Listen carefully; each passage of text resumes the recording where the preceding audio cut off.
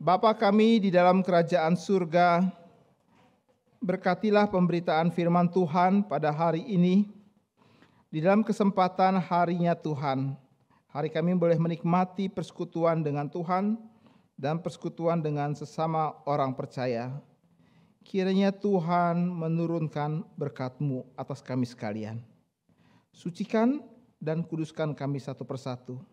Berkati hamba Tuhan yang menyampaikannya dari depan ini. Dalam nama Tuhan Yesus kami berdoa. Amin. Bapak Ibu sekalian, mari kita melihat, kita membuka kitab 1 Yohanes atau surat 1 Yohanes pasal yang pertama. Surat 1 Yohanes pasal yang pertama. Saudara, surat ini sebelum kita membaca 4 ayat pertama di situ, saya ingin memberikan sedikit pengantar. Surat ini ditulis oleh Yohanes. Yohanes adalah salah seorang daripada murid yang pada waktu ia muda, ia sangat terkenal dengan sifatnya yang sangat temperamental sekali. Bahkan ia pernah berkata tentang dia mengekspresikan kemarahannya dengan berkata, bolehkah kami meminta supaya Tuhan menurunkan api dari langit? Dan karena itu dia disebut sebagai salah satu sebutan yang Alkitab katakan kepadanya bahwa dia adalah anak halilintar, Boanerges, begitu ya. Karena dia sangat temperamental pada waktu mudanya. Namun setelah dia mengikuti Kristus sekian lama dan dia belajar banyak dari kehidupan daripada Kristus, maka kita melihat dia mengalami banyak sekali perubahan pula. Dari seorang yang meledak-ledak di dalam jiwanya, sekarang kemudian muncul menjadi seorang yang penuh dengan kelembutan, kemurahan hati, dan kebaikan. Itu sebab maka dia disebut sebagai salah satu rasul Kristus, sebagai rasul kasih. Dari banyak sekali, dari 11 rasul yang bersama-sama dengan Tuhan, maka dialah yang paling banyak berbicara tentang kasih Tuhan. Dia dikenal sebagai rasul yang penuh dengan kelembutan itu. Namun meski demikian, tetap saja hal yang berkaitan dengan ketegasan, kekerasan, dan prinsip serta sebuah fondasi yang kokoh itu tetap terlihat dari hidupnya dia. Jadi orang yang keras bukan berarti tidak bisa lembut. Orang yang lembut bukan berarti tidak bisa mempunyai pendirian. Ini adalah dua kombinasi yang ada di dalam diri daripada Yohanes. Dia penuh dengan kasih dan kelembutan, tetapi dia juga penuh dengan prinsip yang tidak akan bisa tergoyahkan. Itu sebab pada waktu kita nanti masuk dan menyelidiki surat 1 Yohanes ini, kita menemukan ada jiwa kepedulian dan kelembutan kepada gereja Tuhan yang ia layani, tetapi juga dia begitu keras sekali terhadap ajaran sesat yang masuk dan mulai mempengaruhi sendi-sendi gereja sampai ke ujung-ujung dan tempat-tempat yang tersembunyi. Yohanes memahami apa yang sedang terjadi. Itu sebab dia menuliskan surat ini sebagai surat penggembalaan. Gereja pada waktu itu membutuhkan orang-orang yang seperti demikian. Seorang yang berseru-seru memanggil orang kembali kepada kebenaran daripada Kristus. Seperti pertama kali Tuhan memanggil Yohanes pada waktu ia ada di tepi Danau Galilea itu. Ia sedang memperbaiki jala yang rusak. Ia sedang menenun jala yang rusak. Maka setelah 60 tahun kemudian Tuhan memanggil Yohanes kembali untuk memperbaiki sekali lagi jala yang rusak itu. Tetapi sekarang tidak berbicara mengenai jala secara fisik seperti hidup dan profesi dia yang lalu, tetapi sekarang dia memperbaiki jala yang rusak di dalam kehidupan gereja Tuhan. Ya, ada bolong-bolong yang terjadi di sana di sini dan ia dipanggil Tuhan untuk memperbaiki jala tersebut. dan Yohanes mengerjakannya dengan penuh kesabaran, tetapi tetap terlihat ketegasan yang menjadi ciri khas daripada dia. Kenapa demikian? Karena dia melihat bagaimana gereja Tuhan mungkin sekali tanpa disadari atau itu kemudian dicemari oleh ajaran-ajaran sesat di dalam masyarakat dan di dalam kebudayaan.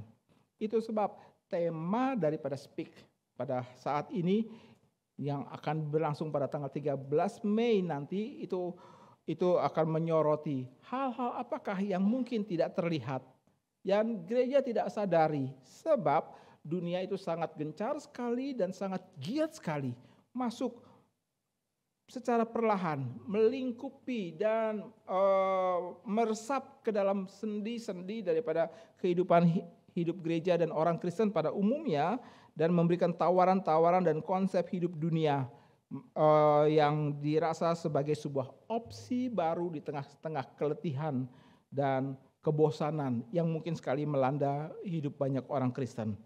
Nah, itu sebab saudara-saudara, hari ini kita memulai pembacaan dan penyelidikan dari kitab 1 Yohanes ini. Itu sebab saya mengajak kita membuka surat Yohanes pasal yang pertama.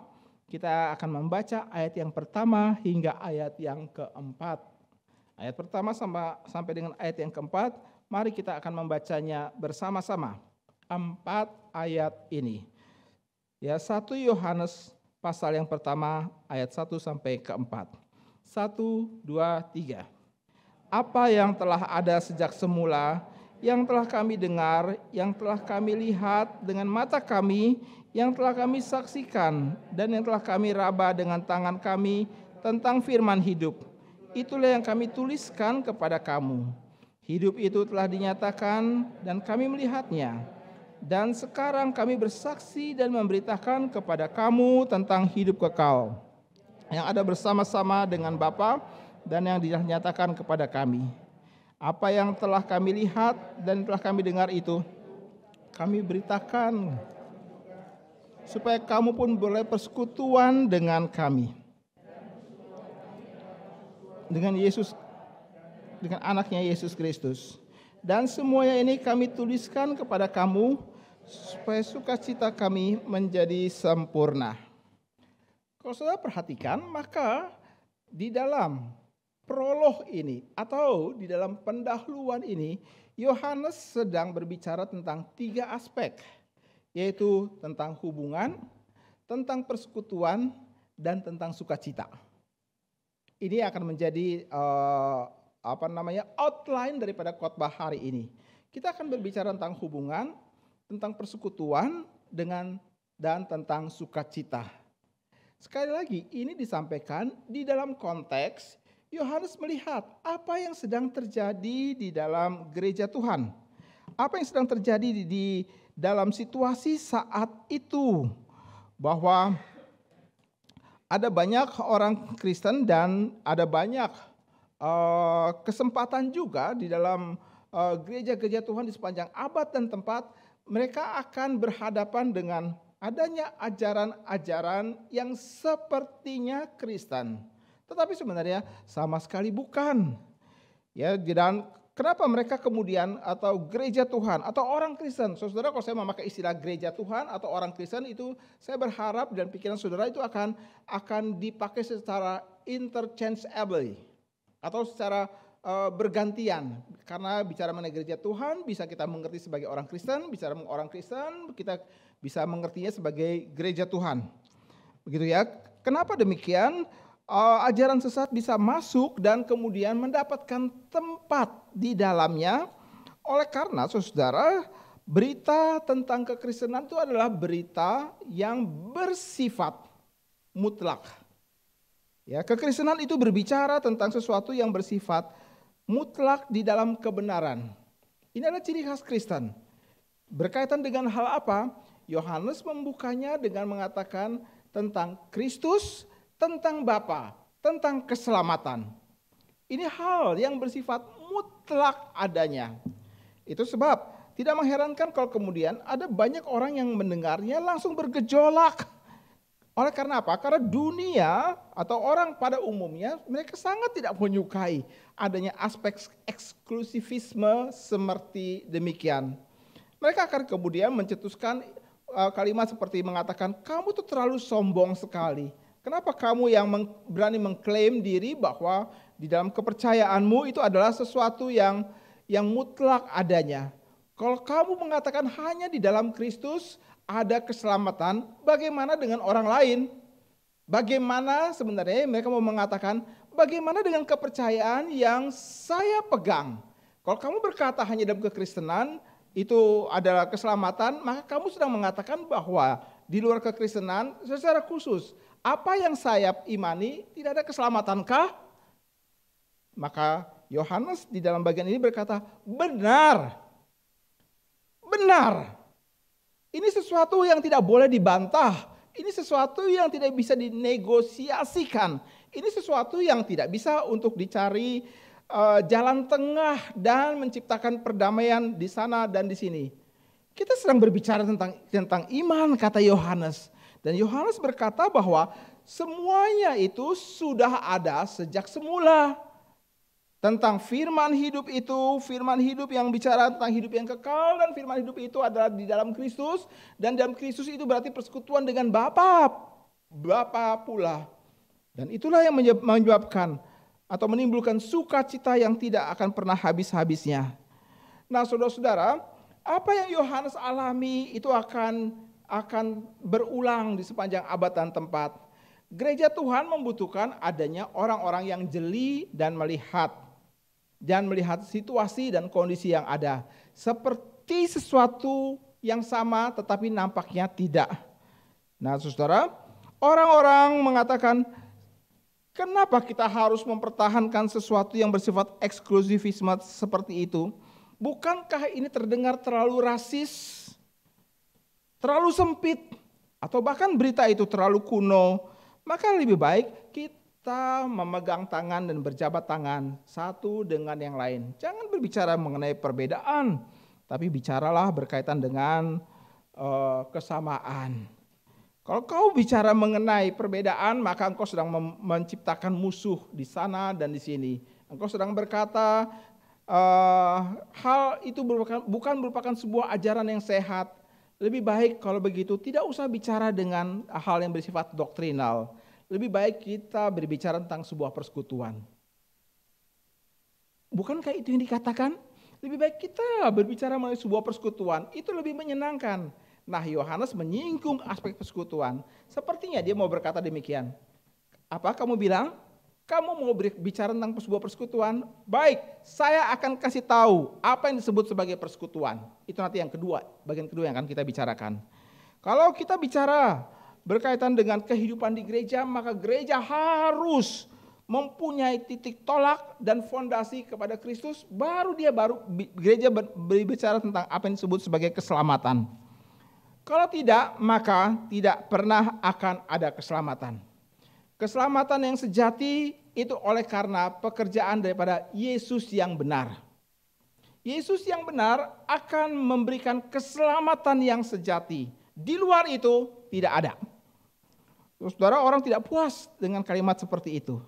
Itu sebab mereka mulai memberontak. Memberontaknya dengan cara-cara yang begitu halus atau dengan cara-cara mencari manuver-manuver rohani tertentu dengan mengatakan, jangan bicara eksklusivisme. Janganlah. Jangan, itu tidak pantas. Itu tidak cocok di dalam hidup kita untuk membangun kehidupan sosial yang baik. Dan orang-orang seperti ini sebenarnya mereka sedang mengekspresikan kekecewaan mereka. Kekecewaan mereka yang pasti akan memiliki beragam alasan. Tapi untuk orang-orang sedemikian, maka Tuhan Yesus pernah berkata, berbahagialah orang yang tidak menjadi kecewa dan menolak aku. Berarti sebuah penolakan diawali dengan kekecewaan. Orang yang menolak pengakuan iman bahwa Yesus adalah Tuhan, maka sebenarnya dia sedang mengalami kekecewaan. Mungkin dia tidak pernah sadari bahwa dia punya kekecewaan di dalamnya. Tapi Alkitab mengatakan semua penolakan kepada Kristus diawali dengan semua kekecewaan. Suka apa enggak suka, sebenarnya kita sedang kecewa.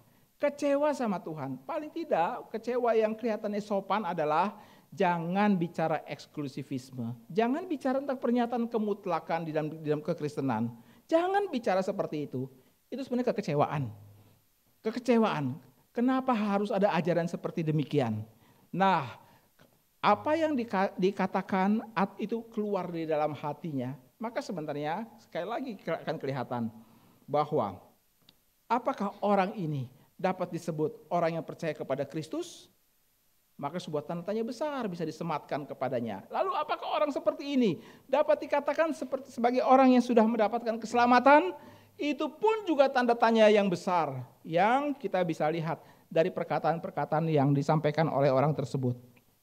Nah, saudara-saudara, Yohanes memberikan peringatan kepada jemaat yang ia layani di Asia Kecil ini, bahwa tanpa ajaran tentang Kristus, jangan pernah kamu mendapatkan ajaran tentang mengikut Kristus. Tidak akan pernah ada ajaran tentang penyangkalan diri. Tidak akan pernah ada ajaran tentang memikul salib. Dan pastinya tidak akan pernah ada ajaran untuk mengikut Dia. Sebab mengikut Kristus yang sejati selalu harus ada ajaran, ketiga ajaran tersebut. Penyangkalan diri, pikul salib, dan ikut aku. Bukankah itu yang langsung keluar dari mulut Kristus kan? Siapa mau mengikut aku, dia harus menyangkal diri, pikul salib, dan tetap ikut aku. Nah, kalau orang berkata, janganlah eksklusif, maka dia sudah mengatakan tidak ada ajaran seperti demikian. Orang-orang seperti ini akan kita lihat banyak sekali muncul, karena mereka adalah orang-orang yang mungkin sekali sebagai orang-orang yang menjadi kecewa kepada Kristus. Kenapa ya? Kristus yang saya mengerti dia penuh dengan ajaran tentang kasih. Lalu kenapa dia berbicara tentang penderitaan? Kenapa dia berbicara tentang hal dunia menolak orang-orang yang percaya kepada Kristus? Kalau bicara mengenai ikut Kristus, maka bicaralah sesuatu yang menyenangkan. Maka orang-orang seperti ini akan kemudian membuat manuver-manuver rohani tertentu, bahkan di dalam sebuah status yang ditulis oleh seseorang di dalam media sosialnya. Dia berkata kalimat seperti ini. Saudara-saudara, kepada hai semua orang yang menjadi penganut teologi penderitaan. Apakah kalian tidak ingin anak-anak kalian itu sehat, sejahtera, dan hidupnya berkecukupan dan berkelimpahan? Kalimat itu adalah kalimat provokator sebenarnya. Tapi sekaligus orang yang menuliskan kalimat itu sedang membongkar isi hatinya dengan berkata, aku kecewa sama Kristus. Aku kecewa dengan Dia. Sekali lagi, saudara, saya akan berkata, saya akan mengutip kalimat yang dia ucapkan. Kenapa demikian? Karena baru beberapa waktu terakhir saya membaca kalimat itu, dia berkata, kepada semua para penganut teologi penderitaan, apakah kalian tidak ingin anak kalian itu hidupnya sehat, sejahtera, berkecukupan dan berkelimpahan?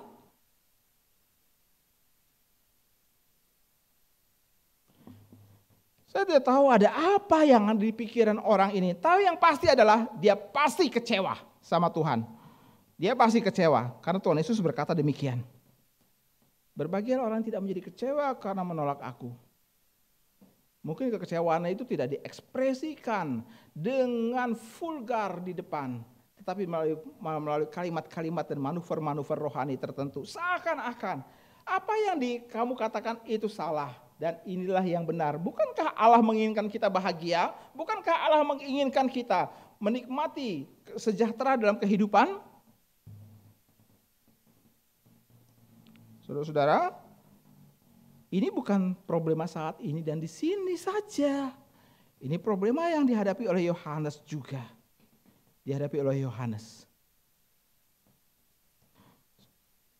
Adanya orang-orang yang mengatakan, Yesus yang pernah kamu dengar, Yesus yang pernah kamu pegang ajarannya, itu tidak demikian sebenarnya. Dan kami menawarkan sebuah opsi yang baru, pilihan yang baru. Dan saudara-saudara, itu sebab, sekali lagi, hari ini saya mengajak kita untuk melihat 3 hal besar, tentang hubungan, tentang persekutuan, dan tentang sukacita. Bagaimana Yohanes dengan matanya yang jeli langsung kemudian berbicara kepada orang-orang ini. Sehingga suratnya ini seperti sebuah buku panduan atau buku standar untuk menilai hidup Kristenmu itu sejati atau tidak. Yesus yang engkau imani itu adalah Yesus yang benar atau tidak. Dan ujung-ujungnya adalah ini berkaitan dengan keselamatan. Sebenarnya kamu sudah selamat atau tidak sih? Sebenarnya kamu sudah menerima keselamatan daripada Allah atau tidak? Mengerikan sekali. Karena hal ini menjelaskan bahwa ada orang yang merasa sudah selamat tetapi ternyata tidak. Mari kita lihat ini satu persatu. Yang pertama adalah tentang hubungan. Yohanes memulainya dengan berkata, apa yang telah ada sejak semula. Kalimat itu langsung to the point. Ia memulai suratnya ini tidak seperti surat pada kebanyakan umumnya. Tidak mengatakan dari Yohanes kepada jemaat di sini. Salam sejahtera, bla bla bla bla bla bla. Itu adalah surat yang biasa dimengerti cara penulisan pada waktu itu. Yohanes nampaknya tidak. Dia langsung memulainya dengan langsung to the point. Seakan-akan ini mau mengerti bahwa ini sesuatu hal yang mendesak sekali nih. Saya tidak perlu sebuah pengantar. Saya tidak perlu babi ibu. Saya tidak perlu berbasa-basi. Tapi saya langsung menusuk kalimat ini kepada jantung daripada gereja Tuhan. Apa yang telah ada sejak semula? Apa yang sejak semula? Yang sejak semula yang kata Yohanes, kami dengar, kami lihat, kami saksikan, kami raba dengan tangan kami. Itu nanti pada bagian yang kedua yang akan coba jelaskan. Tapi yang pertama Yohanes bilang, apa yang kami dengar? Apa yang dia dengar? Yang dia dengar itu adalah tentang firman yang hidup. Perhatikan, Yohanes memakai kata firman itu dengan F. Maka ini menjelaskan tentang siapa pribadi itu. Firman itu siapa? Di bagian Injilnya, Yohanes berkata bahwa firman itu sudah datang ke dalam dunia dan mengambil rupa tubuh manusia dan diam di antara kami. Siapa firman itu? Yohanes sedang berkata, inilah Yesus Kristus. Inilah Yesus Kristus. Firman itu. Maka Yohanes mau menjelaskan kalau gereja Tuhan harus memiliki hubungan dengan Yesus Kristus. Dan keselamatan yang sejati adalah keselamatan karena percaya kepada Yesus yang benar. Yesus yang seperti apa? Yang sejak semula. Yang sejak semula. Ini adalah objek iman yang benar. Semuanya harus dimulai dari Kristus. Saudara dan saya berbicara tentang kekristenan, maka saudara dan saya sedang berbicara tentang Kristus.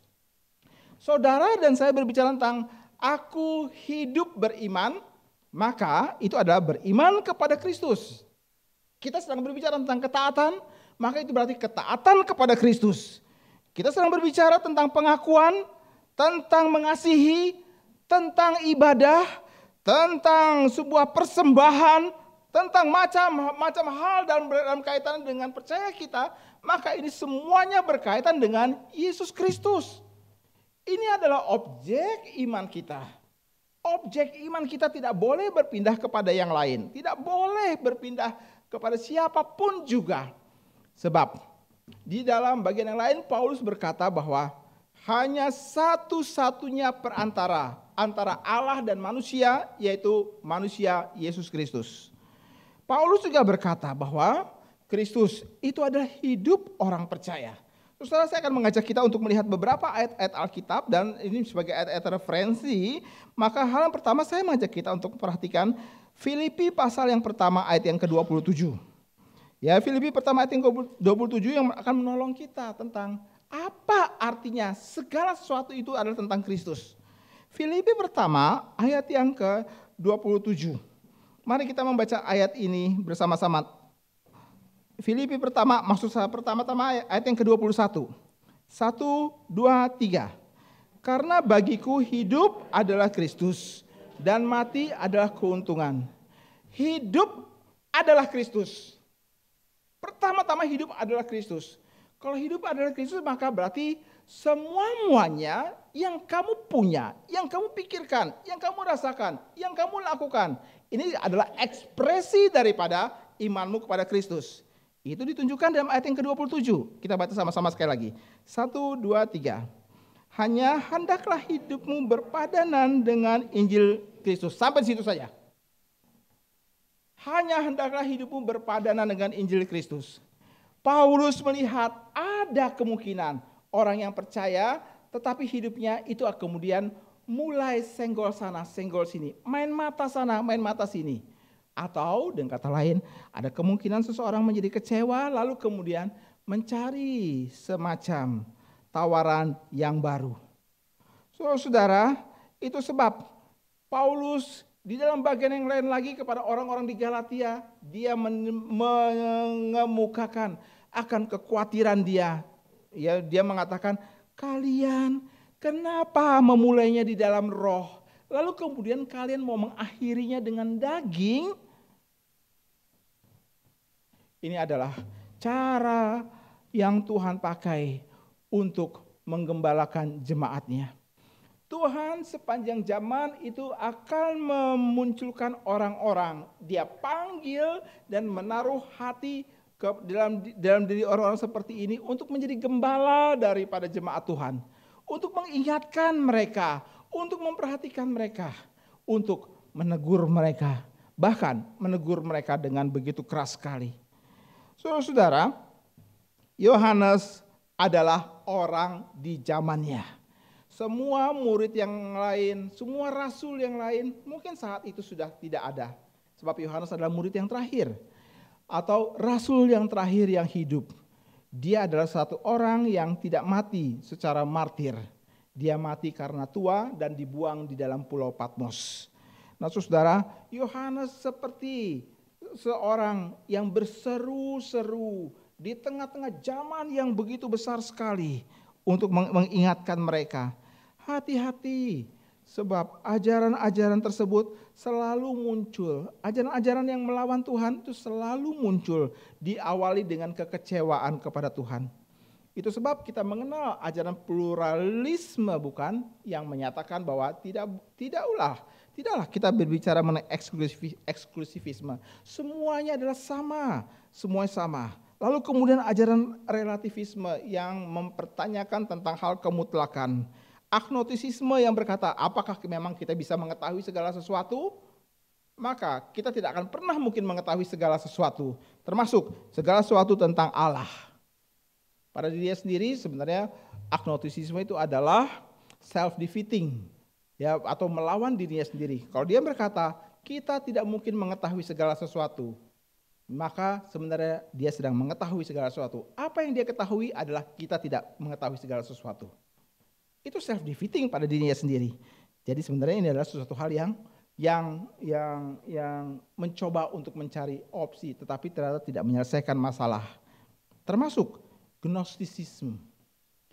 Kok ajaran-ajaran seperti ini sepertinya kita dengarnya seperti suatu hal yang asing sekali dalam telinga kita.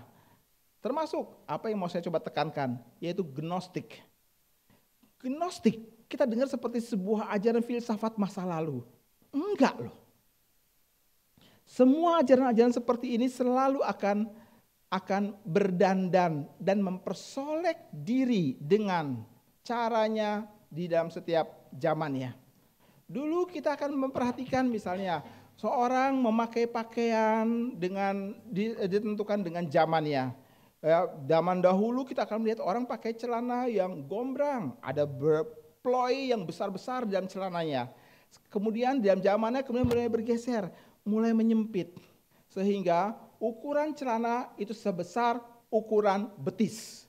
Sampai kadang-kadang kalau saya lihat pertama-tama, gimana ya cara keluarin kaki daripada celana itu? Masukinnya gampang, tapi keluarinnya setengah mati. Kenapa? Rapat scratch to betis. Gitu. Rapat dan scratch to paha. Masukinnya enak. Cuma saya pikir lagi, nyaman gak ya dengan pakaian seperti itu? Kalau saya ngomong seperti ini pasti akan dianggap orang kuno. Gitu ya, orang kuno.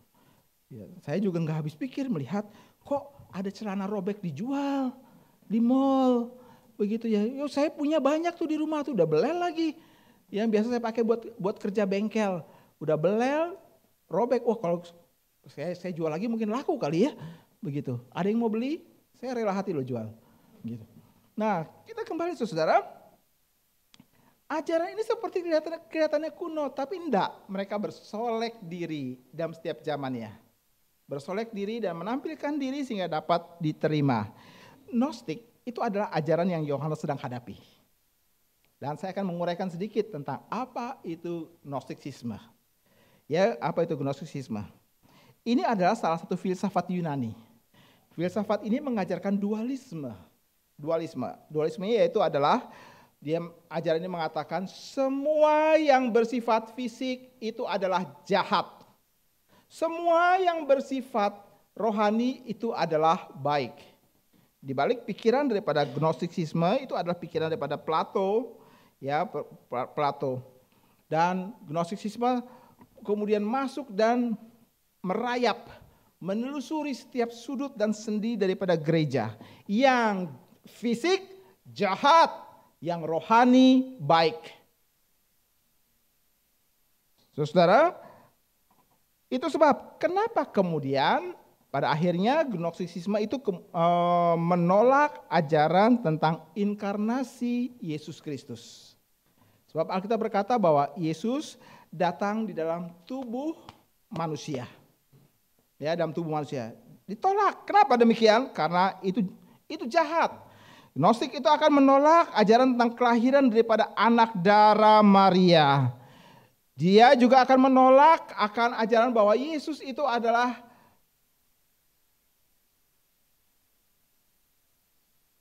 anak Allah yang hidup tanpa dosa. Mereka berkata tidak akan pernah ada hal yang seperti itu. Nggak heran juga kalau Gnostik itu akan menolak akan ajaran tentang kematian yang bersifat menggantikan daripada Kristus. Dia juga akan menolak ajaran tentang kebangkitan daripada Kristus. Kenapa demikian? Karena semuanya itu bersifat fisik yang bisa terlihat. Gitu. Gnostik juga akan mengatakan bahwa Yesus itu memang betul-betul adalah seseorang atau adalah pribadi, tapi dia tidak lebih besar daripada Allah.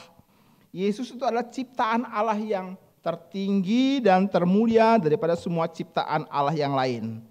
Meskipun dia Allah, tetapi dia lebih rendah dari Allah Bapa, tapi dia lebih tinggi daripada malaikat. Yesus tidak lebih daripada ciptaan. Kita lihat di sini pengaruh daripada ajaran pada waktu itu masuk ke dalam gereja Tuhan, dan ajaran aslinya itu adalah mengatakan Allah di dalam semesta ini ketika dia mengerjakan penciptaan, dia tidak langsung menciptakan dengan tangannya sendiri. Tapi dengan cara dia menciptakan satu Allah kecil yang disebut dengan nama Demiurge. Itu Demiurge. Ya, saudara nanti silakan browsing. Demiurge. Demiurge itu semacam ajaran daripada Plato yang berkata bahwa ini adalah Allah kecil, bukan Allah langsung. Jadi kalau dalam dunia ini kita melihat adanya peperangan, ada penderitaan, ada kesakitan, ada kemiskinan, maka understood karena dunia ini tidak diciptakan oleh Allah yang besar, tapi Allah yang kecil yang pada dirinya sendiri adalah ciptaan. Saya berharap saudara mulai bisa mengerti kenapa Yohanes memulai dengan berkata yang ada sejak semula.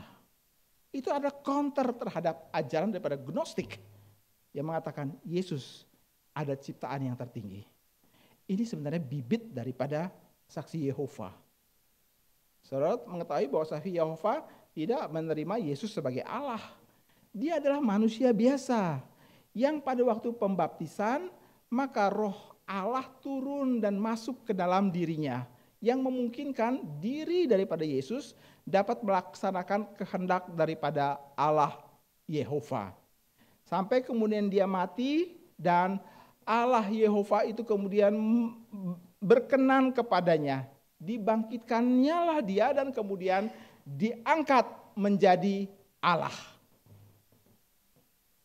Semuanya pakai nama-nama yang ada di Alkitab bukan? Tapi ini adalah sebuah penyangkalan yang sangat mendasar sekali daripada ajaran daripada Alkitab. Yesus hanyalah ciptaan saja. Dia bukan Allah. Ciptaan yang terendah. Allah kelas 2, kira-kira demikian.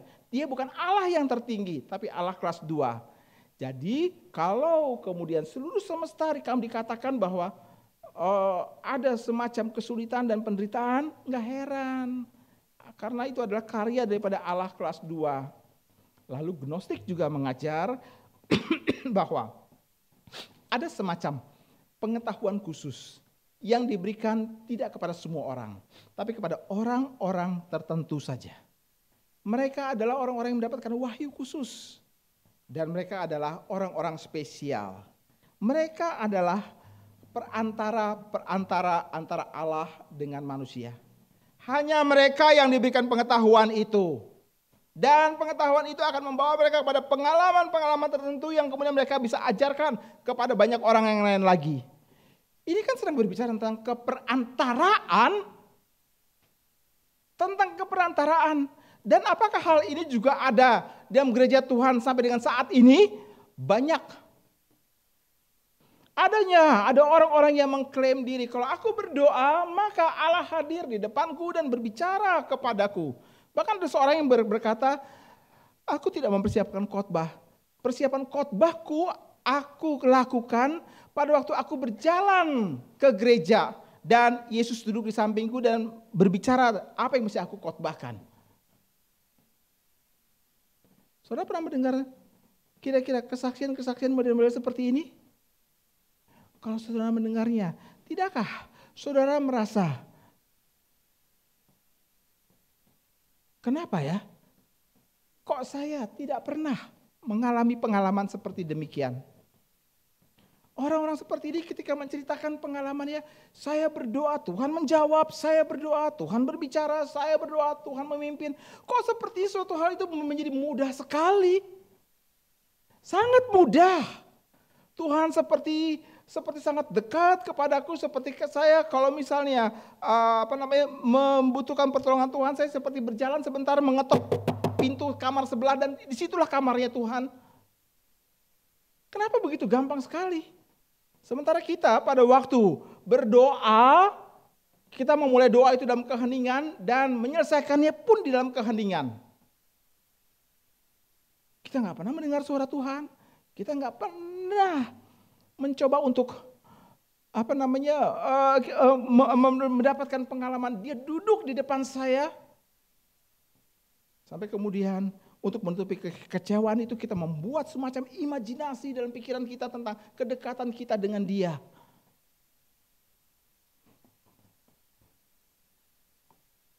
Ada dalam gereja seperti pengalaman-pengalaman seperti itu? Banyak, sekarang banyak sekali. Saya nggak tahu, apakah saudara kemudian merasa ketika mendengarkan kesaksian seperti itu, saudara merasa, kenapa ya? Imanku tidak seperti dia.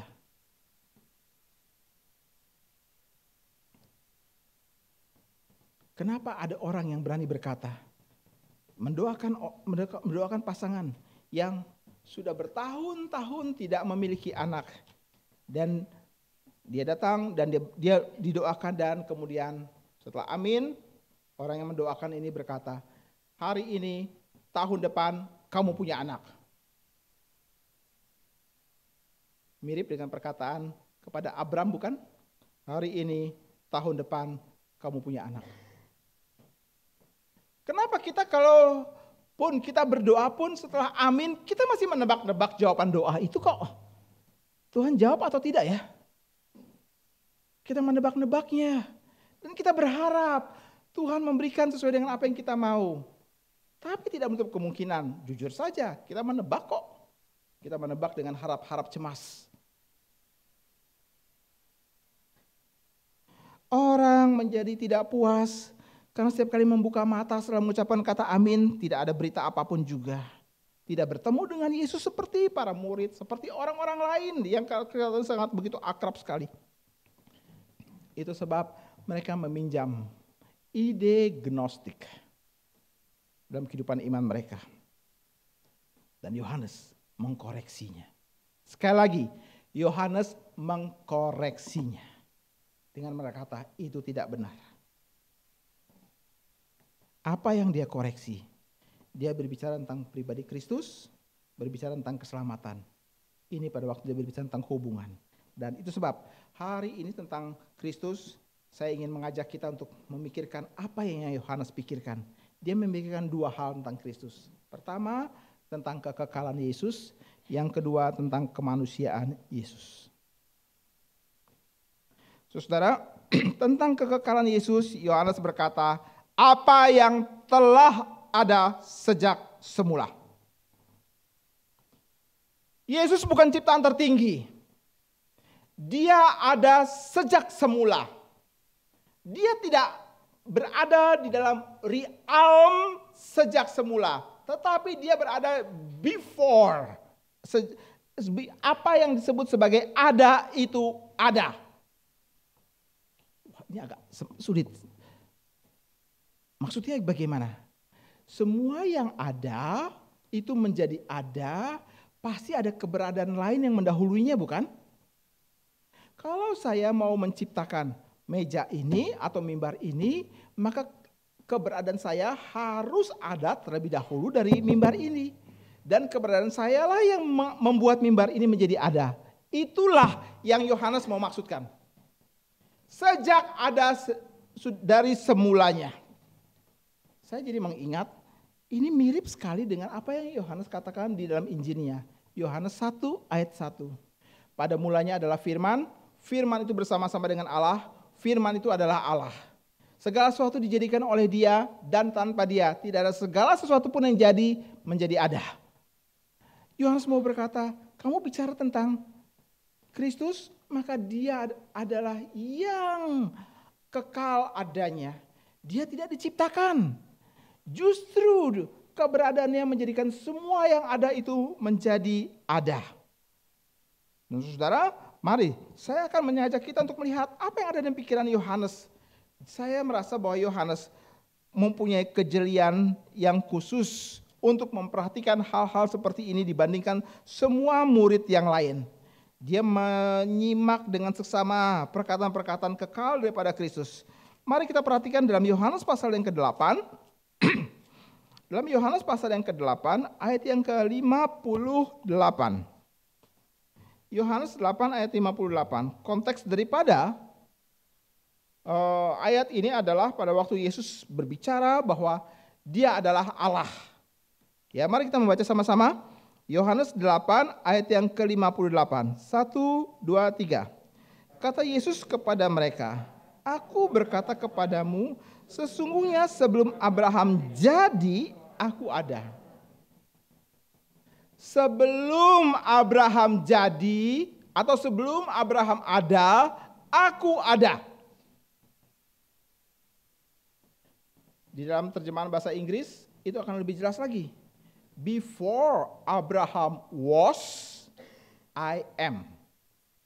Before Abraham was, past tense. I am, present continuous. Yesus mau bilang, sebelum Abraham ada, aku sudah ada, dan keberadaanku adalah keberadaan yang terus menerus sepanjang zaman. Terus menerus. Terus menerus. Kita lihat lagi apa yang Yesus katakan tentang hal itu, tentang dirinya sendiri. Di dalam doanya Tuhan Yesus bicara. Yohanes 17. Yohanes 17, ayat yang ke-5.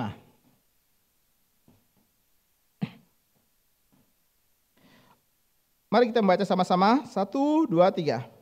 Oleh sebab itu ya Bapa, permuliakanlah aku padamu sendiri dengan kemuliaan yang kumiliki di hadiratmu sebelum dunia ada. Sebelum segala sesuatu ada, ia dengan segala kemuliaannya itu ada. Dan pada waktu Yesus berbicara tentang kekekalannya, itu menimbulkan pertengkaran. Pertengkaran di antara orang-orang yang mendengarnya. Pertengkaran itu sampai sekarang, ya. Ketika bicara mengenai eksklusivitas Kristus dalam eternity, dalam kekekalannya, selalu akan membawa orang akan berbantah-bantahan tentang dia. Kita lihat apa yang terjadi, yang Yohanes amati. Pasal yang ke-6 ayat yang ke-52. Pasal yang ke-6 ayat yang ke-52. Ini setelah Yesus berbicara tentang kekekalan dia. Yesus bicara kepada banyak orang bahwa aku adalah mana yang dimakan oleh nenek moyangmu. 40 tahun lamanya di padang gurun. Aku memelihara mereka. Aku memberikan diriku kepada mereka. Mereka semua mendengar dan lihat apa yang mereka reaksinya. Orang-orang Yahudi bertengkar antara sesama mereka. Sampai di situ saja dulu. Bertengkar. Marah-marah.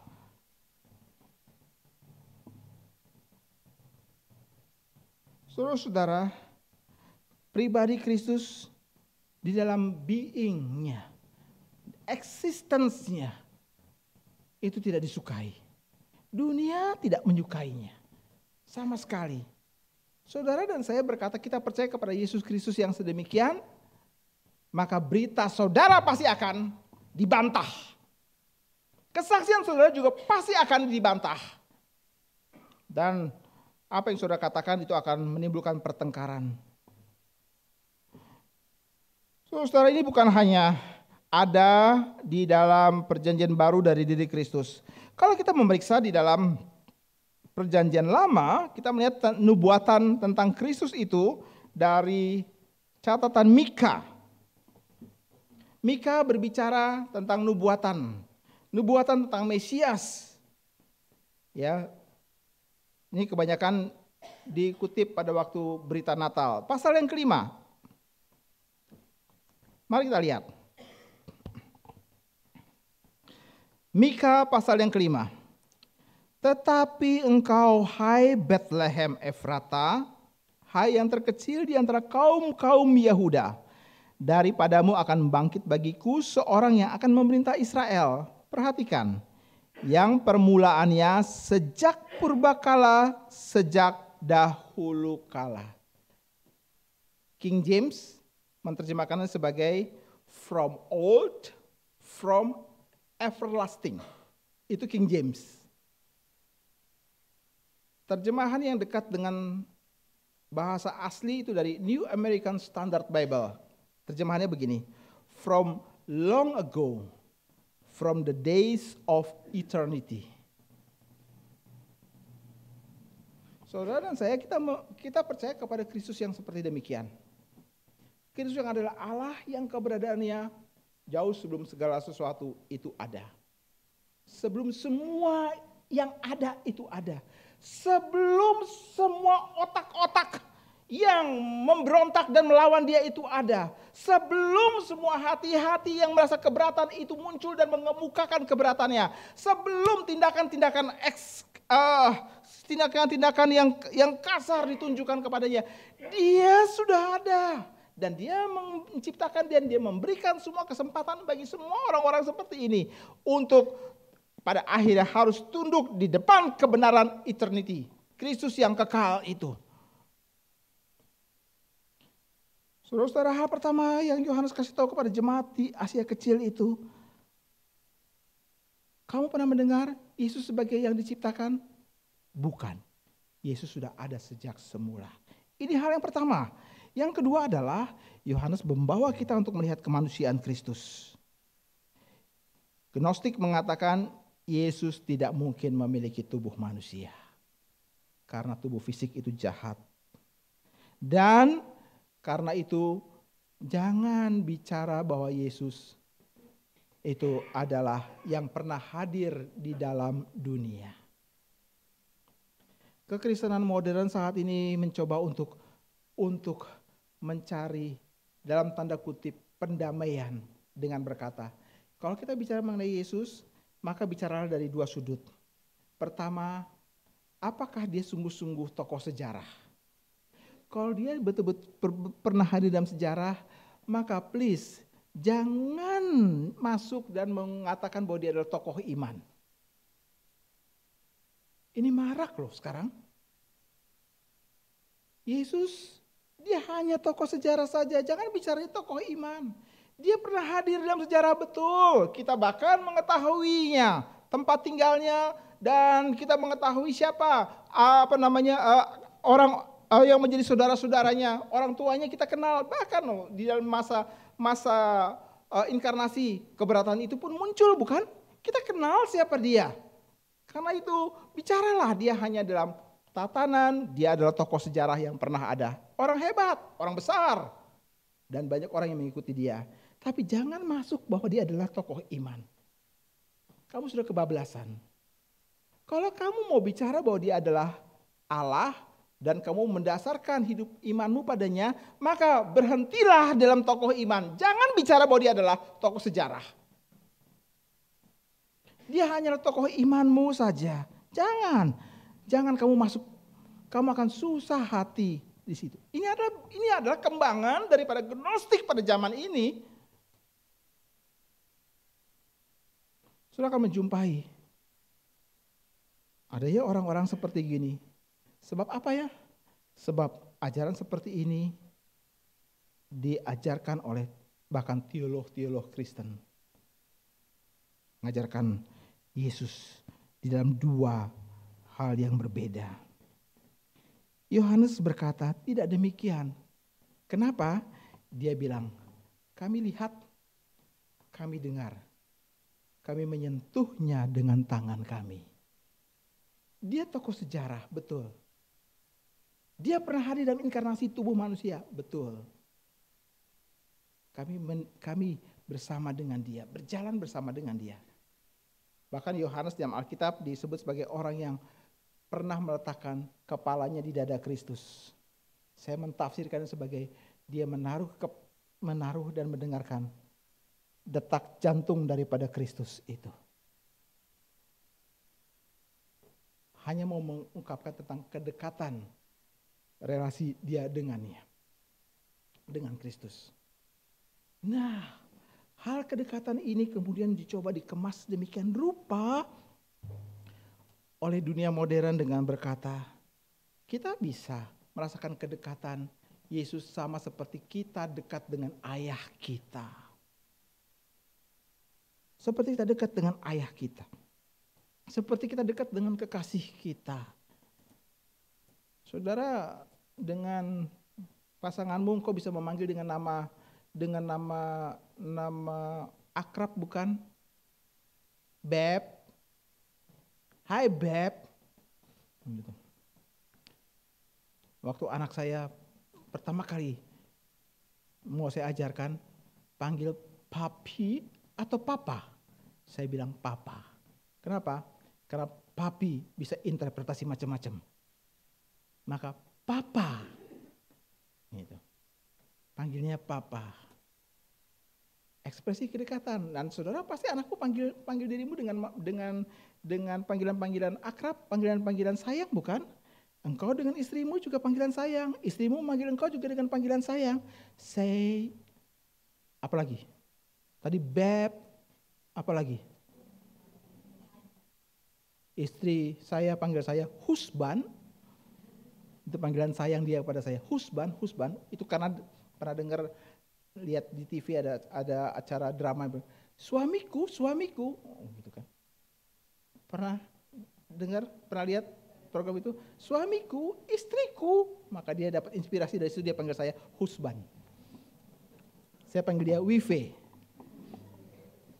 Panggilan sayang. Ekspresi kedekatan.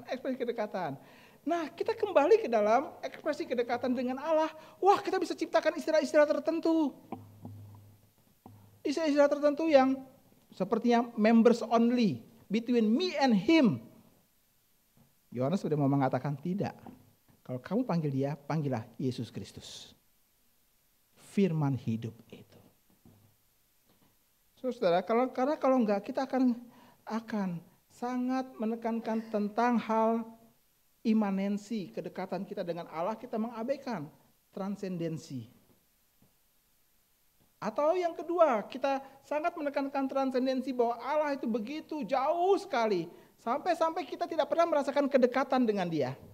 Yohanes memulai Injilnya dengan bicara mengenai transendensi Allah. Dia menyatakan kehadiran Kristus bukan seperti Matius, Markus, dan Lukas yang menyampaikan berita tentang kelahiran Kristus dari Maria, Yusuf, lalu gembala-gembala, itu semua dari apa yang dilihat, yang mata kita bisa melihat. Yohanes berbeda, dia mulai dari transendensi. Pada mulanya adalah firman. Firman itu bersama-sama dengan Allah, firman itu adalah Allah. Dia mulai dari kekekalan, tapi kemudian dia menusuk masuk dengan berkata, firman itu telah menjadi manusia dan tinggal di antara kita. Imanensi. Transendensi dan imanensi, dua hal yang bergabung jadi satu, dan itu yang Yohanes mau ingatkan kepada jemaat di Asia Kecil dan semua orang yang membacanya, bahwa kamu percaya kepada Allah, ingatlah, dia adalah Allah yang kekal, tapi Allah yang kekal juga adalah Allah yang begitu dekat. Dua hal ini harus dijaga dalam keseimbangannya. Kalau tidak, kamu bisa kebablasan yang satu dan kamu bisa kurang ajar kepada dia, tapi menekankan imanensi, kamu bisa putus asa beriman kepada dia. Kenapa aku berdoa seperti dia tidak menjawab-jawab? Kenapa dia begitu jauh sekali? Doaku seperti enggak sampai kepada telinganya.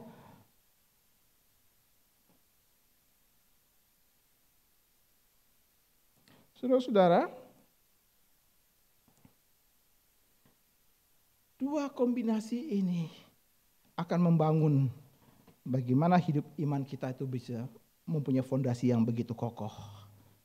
Yohanes mau mengatakan, kalau kamu tidak punya kebenaran ini, imanmu begitu rapuh.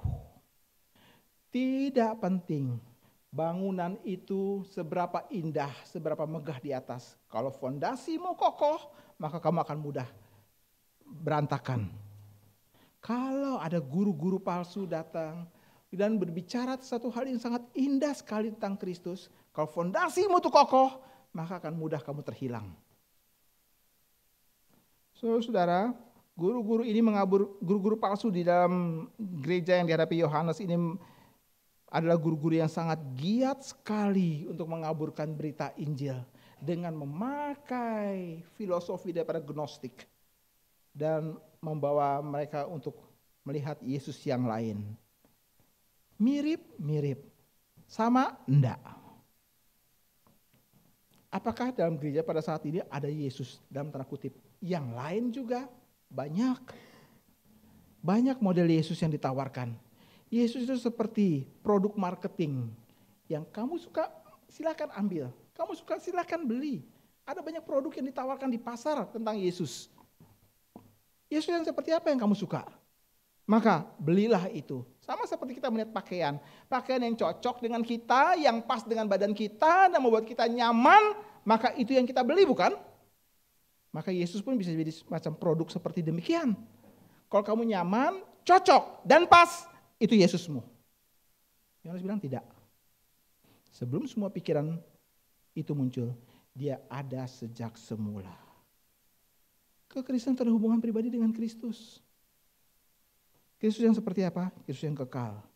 Dan Kristus yang adalah manusia itu juga. Kamu percaya kepada dia, kamu mendapatkan keselamatan. Kamu percaya kepada Yesus yang lain, jangan pernah bicara mengenai keselamatan. Keselamatan itu bukan otomatisasi. Karena saya lahir di tengah keluarga Kristen, maka otomatis saya jadi orang Kristen dan saya mendapatkan keselamatan.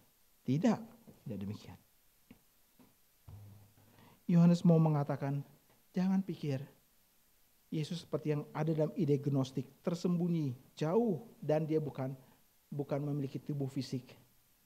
Yohanes berkata, ia tidak tersembunyi. Aku pernah pegang dia. Aku bahkan pernah meletakkan kepalaku di dadanya. Langsung ini adalah menjadi semacam ajaran yang begitu kuat sekali untuk menjelaskan. Kalau kamu tidak punya Yesus yang seperti ini, imanmu tidak memiliki objek yang seperti ini, maka itu bukan Yesus yang sejati.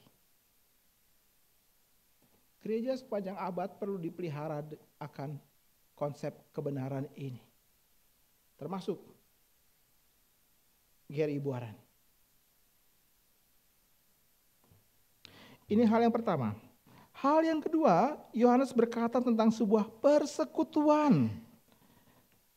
Tentang persekutuan. Saudara, khotbah hari ini berkaitan, ini sangat syarat dengan pengajaran. ya, pengajaran untuk melihat the essence of Christian life, the authenticity of Christian faith. Itu seperti apa? Ya, kita sudah bicara mengenai hubungan. Sekarang kita bicara mengenai persekutuan. Persekutuan, dan saudara, persekutuan ini adalah salah satu doktrin utama di dalam gereja. Koinonia, persekutuan. Dan kalau kita bicara mengenai persekutuan, ini adalah persekutuan yang sejati di dalam Kristus. Perhatikan apa yang Yohanes katakan. Kita bicara mengenai persekutuan bukan? Persekutuan itu bukan sebuah perkumpulan. Persekutuan itu bukan sebuah klub. Persekutuan itu bukan seperti model arisan, orang-orang datang dan berkumpul dan kemudian menyatakan sebuah persatuan. Tidak demikian. Persekutuan yang Alkitab katakan adalah persekutuan yang, perhatikan ayat yang kedua. Mari kita perhatikan ayat itu. Hidup itu telah dinyatakan dan kami telah melihatnya, dan sekarang kami bersaksi dan memberitakan kepada kamu tentang hidup yang kekal, yang ada bersama-sama dengan Bapa dan yang telah dinyatakan kepada kami. Dalam ayat yang kedua, Yohanes sedang menarik pribadi Kristus ke dalam aspek persekutuan. Sebelumnya dia berkata bahwa firman hidup, dan firman hidup itu dinyatakan kepada kami. Firman hidup itu dinyatakan kepada kami. Jadi Kristus bukan sebuah bayang-bayang, bukan sebuah ide dan konsep belaka, tapi dinyatakan kepada kami. Kamu bisa mengalaminya, kamu bisa menikmatinya. Sampai di sini saya jadi mengingat pemazmur berkata, lihatlah dan kecaplah betapa baiknya Tuhan itu. Kamu bisa merasakan sentuhan daripada Allah di dalam hidupmu. Kamu bisa merasakan semua itu. Dan kemudian dia berkata, hidup itu sudah dinyatakan kepada kami. Sampai di situ tidak.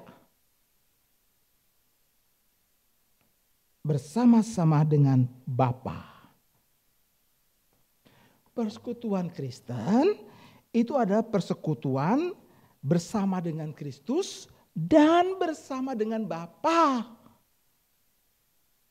Itu persekutuan Kristen. Pada umumnya kita berbicara tentang persekutuan Kristen, itu adalah persekutuan kita bicara tentang Kristus yang mempersatukan. Enggak berhenti di situ. Yohanes bilang harus dengan Bapa juga. Jadi sampai di sini saya mau mengatakan, persekutuan Kristen itu ada persekutuan bersama dengan Allah Tritunggal. Loh, Roh Kudus di mana? Roh Kudus yang membawa kita masuk ke dalam persekutuan itu di sepanjang abad dan tempat. Hidup kekal yang kita miliki itu adalah kesaksian tentang Kristus yang hidup di dalam kehidupan kita. Dia adalah dirinya hidup, pemilik hidup, sumber hidup, dan yang mempunyai arti daripada kehidupan. Dan Alkitab berkata dalam catatan ini bahwa hidup itu bersama dengan Bapa. Hidup itu bersama dengan Bapa dan dinyatakan kepada kita. Inilah dasar sebuah persekutuan Kristen. Yesus datang dalam tubuh manusia untuk membawa manusia mengenal siapakah Allah itu. Tidak ada seorang pun yang pernah melihat Allah, tetapi anak tunggal Allah yang ada di pangkuan Bapa, dialah yang menyatakannya. Ini adalah pergumulan daripada banyak orang-orang percaya pada waktu itu. Semenjak keluar dari Mesir, mereka beribadah kepada Allah Yahweh. Tapi Allah Yahweh terasa begitu jauh sekali. Terasa begitu tidak mudah untuk didatangi. Bahkan kalau kita mau datang pun, juga ada sebuah peringatan, copot sepatu kamu. Sebab tempat kamu berdiri adalah kudus. Berarti tidak boleh sembarangan orang untuk datang dekat-dekat. Tetapi sekarang semua menjadi berbeda pada waktu. Dia datang dalam tubuh manusia dan dia berkisah tentang Allah yang tidak kelihatan itu. Dan dia sendiri berkata, barang siapa sudah melihat aku, dia sudah melihat Allah. Persekutuan di antara Tritunggal itu menjadi pola dari persekutuan di dalam diri umat percaya. Persekutuan itu adalah persekutuan yang saling terbuka satu dengan yang lainnya. Sehingga yang namanya persekutuan itu mempunyai semacam standar pengujian. Standar pengujiannya apa? Apakah kamu memiliki kesamaan pengakuan iman? Apakah kamu memiliki kesamaan pengakuan iman? Inilah persekutuan Kristen pada dirinya sendiri. Kita tidak bisa berkata, ku tak pandang dari gereja mana, asal kau beri atas firman-Nya kau saudara dan saudariku. Secara umum kita masih bisa menerima, tapi secara lebih mendalam maka kita akan melihat persekutuan Kristen adalah persekutuan dalam kesamaan pengakuan iman. Bahwa Yesus pernah datang dalam tubuh manusia dan dia memperkenalkan Allah yang tidak kelihatan itu. Dialah satu-satunya perantara antara Allah dan manusia, yaitu manusia Yesus Kristus. Tidak ada perantara yang lain yang mengakibatkan kita bisa datang dan mengenal Allah. Harus melalui Kristus yang adalah Allah itu sendiri. Berita ini bukan untuk dinegosiasikan atau dicari opsi yang lain. Persekutuan Kristen adalah persekutuan dalam kesamaan. Di dalam hidup keselamatan. Kesamaan di dalam hidup keselamatan. Ini berarti kesamaan di dalam pikiran tentang siapakah Kristus, siapakah Allah. Saudara, kita tidak dapat bersekutu dengan semua orang yang kelihatannya Kristen. Ini konsekuensi logis yang mengikuti. Kelihatannya Kristen, tapi belum tentu dia orang Kristen. Sebab, kalau dia adalah orang Kristen, dia adalah orang yang mengakui Yesus Kristus adalah Allah, Tuhan dan Juru Selamat. Mengenal Allah itu adalah hidup yang kekal. Yesus berkata demikian bukan? Inilah hidup kekal itu, yaitu pada waktu mereka mengenal Engkau. Mengenal Engkau, mengenal hidup yang kekal. Saudara, kita dapat memiliki relasi pertemanan. Tapi tidak semua kita bisa memiliki relasi persekutuan. Friendship boleh, gak salah. Tapi fellowship, Alkitab memberikan batasan. Di dalam kesamaan pemikiran doktrinal. Itu fellowship. Saudara, persekutuan ini bisa ada kesulitan yang ada di dalamnya, ada pergesekan. Enggak apa-apa, karena memang kita adalah manusia berdosa yang disatukan dalam tubuh Kristus. Kita punya masalah, benar.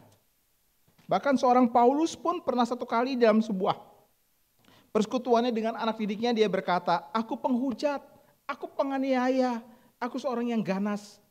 Ini cara memperkenalkan diri yang gak populer sekali bukan?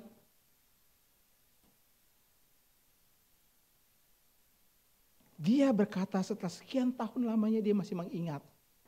Tapi dia mengatakan itu kepada Timotius dalam sebuah komunitas Kristen, orang-orang yang percaya. Dia bahkan di dalam pelayanannya pernah marah-marah besar kepada Yohanes Markus. Dalam sebuah komunitas persekutuan ada kemungkinan ada penyesuaian, adjustment di kiri dan kanan, pergesekan di sana dan di sini. Karena kita masih belajar bagaimana caranya mengasihi seperti Tuhan mengasihi. Gnostik menyangkal semua itu. Gnostik menyangkal persekutuan Kristen bahkan. Karena itu adalah sesuatu yang bersifat fisik, itu jahat. Dan ini mengatakan bahwa Gnostik tidak mengenal apa itu kasih karunia. Ini yang kedua. Persekutuan Kristen tidak bicara mengenai sebuah perkumpulan, tapi bicara mengenai kesamaan di dalam pikiran dan dalam iman. Yang ketiga dan yang terakhir, Yohanes berkata bahwa hubungan dan persekutuan akan membawa seseorang percaya itu menikmati apa yang disebut sebagai sukacita yang benar. Ayat yang keempat Dan semuanya itu kami tuliskan kepada kamu supaya sukacita kami menjadi sempurna. Sukacita yang benar, sukacita yang sempurna. Apa yang disebut sebagai sukacita di sini? Saudara, ini adalah tanda kekristenan yang sejati. Sukacita ini adalah something beyond. Sukacita ini adalah sesuatu yang transenden.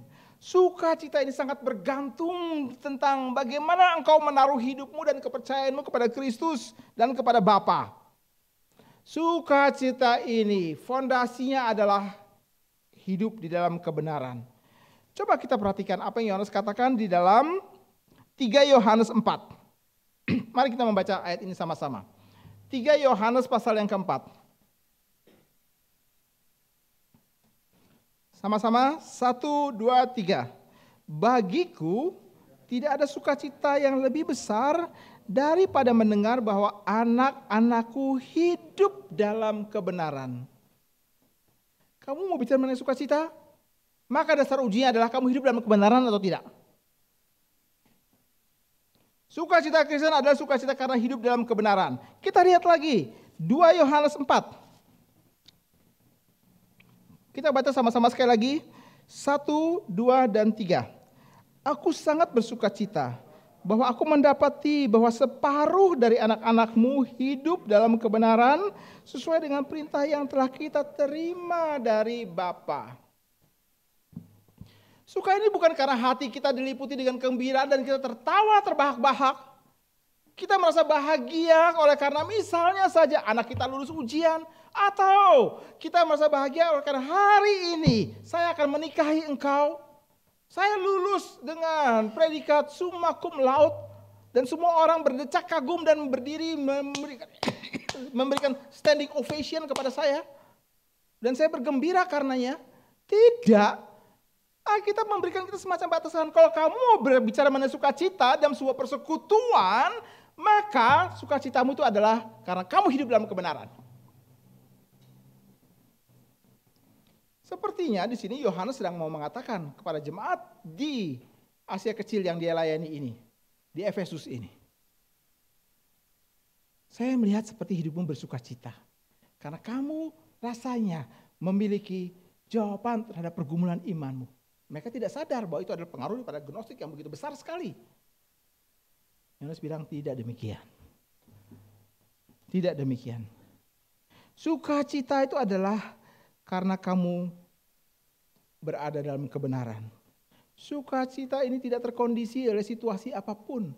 Kamu bisa menjadi orang yang kemudian memiliki penyakit dan even getting worse. Menjadi penyakit yang tidak akan pernah mungkin disembuhkan. Dokter sudah berbicara kepada kamu dengan cara yang lembut. Dengan cara-cara apapun juga menitipkan berita itu kepada keluargamu dan berharap bisa disampaikan kepadamu dan kau bisa menerimanya. Dan memang kau mendengarnya. Tapi itu tidak akan membuat engkau tidak bersukacita.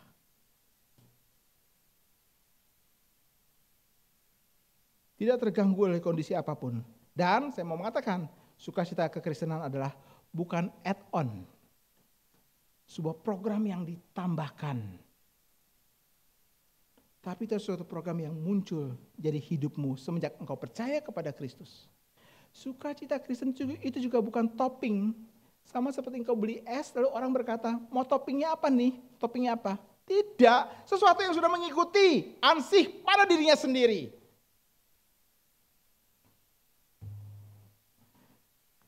Kalau itu sukacita topping, maka itu akan terkondisi.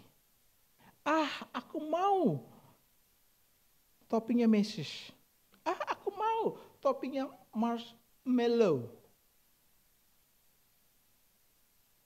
Atau ada orang yang bilang, enggak mau topping. Ini bukan add-on.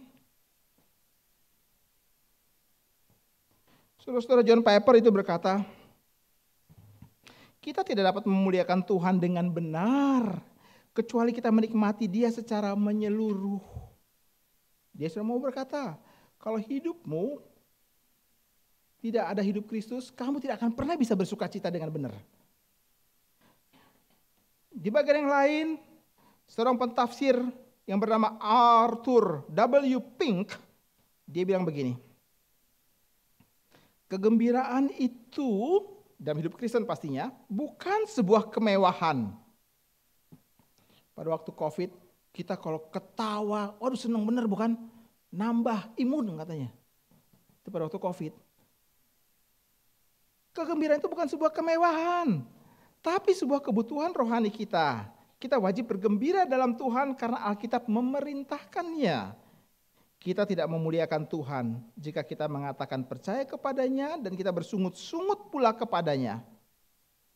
Pink mau mengatakan, kamu bohong. Kamu bilang sukacita tapi kamu sungut-sungut. Itu bukan sukacita asli. Kita tidak bisa memiliki ketulusan di dalam Dia, tetapi itu sesuatu hal yang dipaksakan.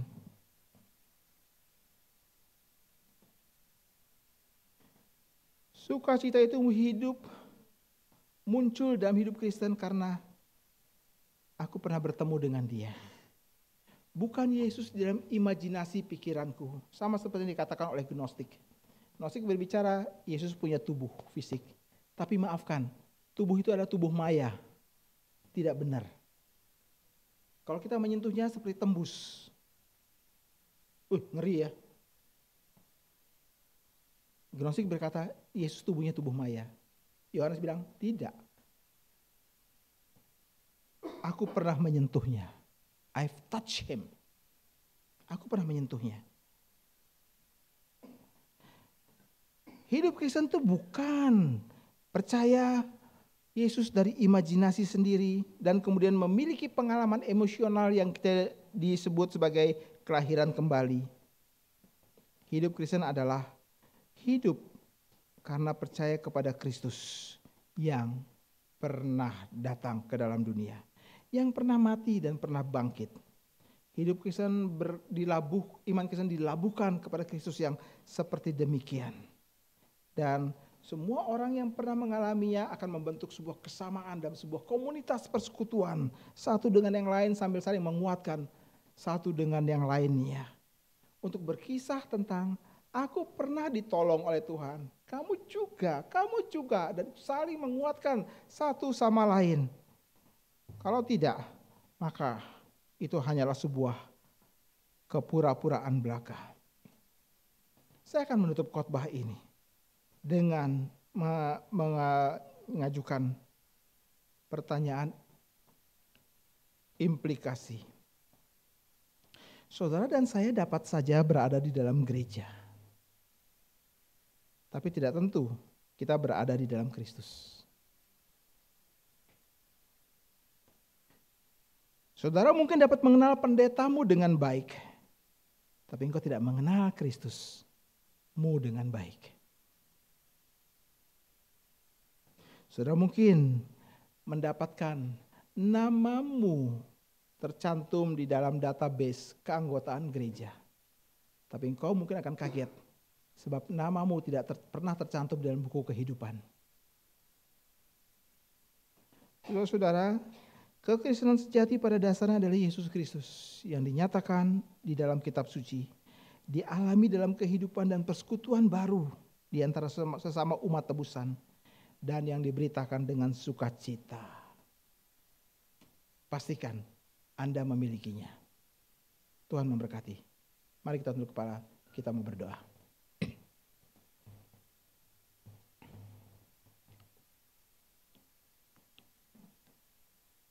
Bapa di surga, hari ini kami belajar dengan begitu banyak, komprehensif, dan mendasar sekali tentang dasar iman kami.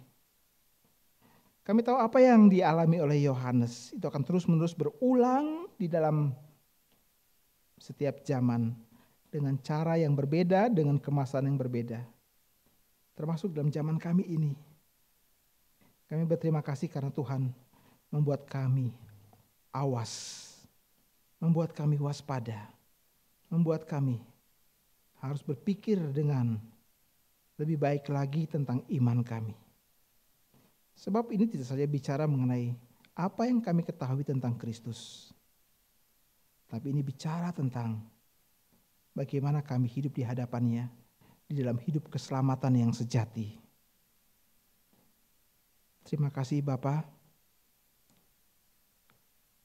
Dengarlah doa ini. Dalam nama Tuhan Yesus kami berdoa. Amin.